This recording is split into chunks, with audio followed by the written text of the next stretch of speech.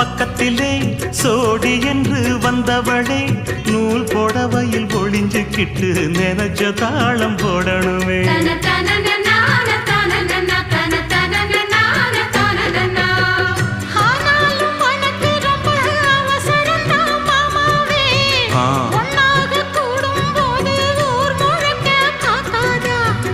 பார்த்தாலும் தவறு இல்ல பனியுறங்கும் ரோசாவே உன்னால சொத்த வச்ச மூக்குலதான் வைக்காதா.